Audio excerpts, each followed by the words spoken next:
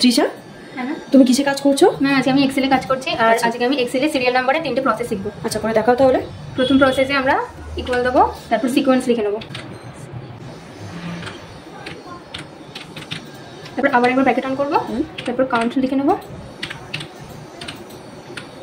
তারপরে আবার একবার ব্র্যাকেট অন করবো, তারপর সেলসগুলোকে আমরা উপর থেকে অনেকটা করে সিলেক্ট করে নেবো, তারপর আমরা ব্র্যাকেটগুলোকে ক্লোজ করে দেবো, তারপর আমরা এন্টার দিয়ে তারপর আমরা এখানে যা লিখে এন্টার দেবো সবই সিরিয়াল নাম্বার আসছে, তাই তো? আচ্ছা, এটা আমাদের ফার্স্ট প্রসেস গেল। সেকেন্ড প্রসেস কি?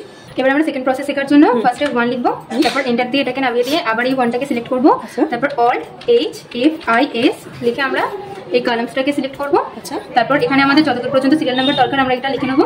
আচ্ছা, তারপর আমরা এন্টার দিয়ে দেবো, তারপর আমাদের এখানে সিরিয়াল নাম্বার চলে যাবে, তাই তো? আচ্ছা, থার্ড প্রসেসটা কি?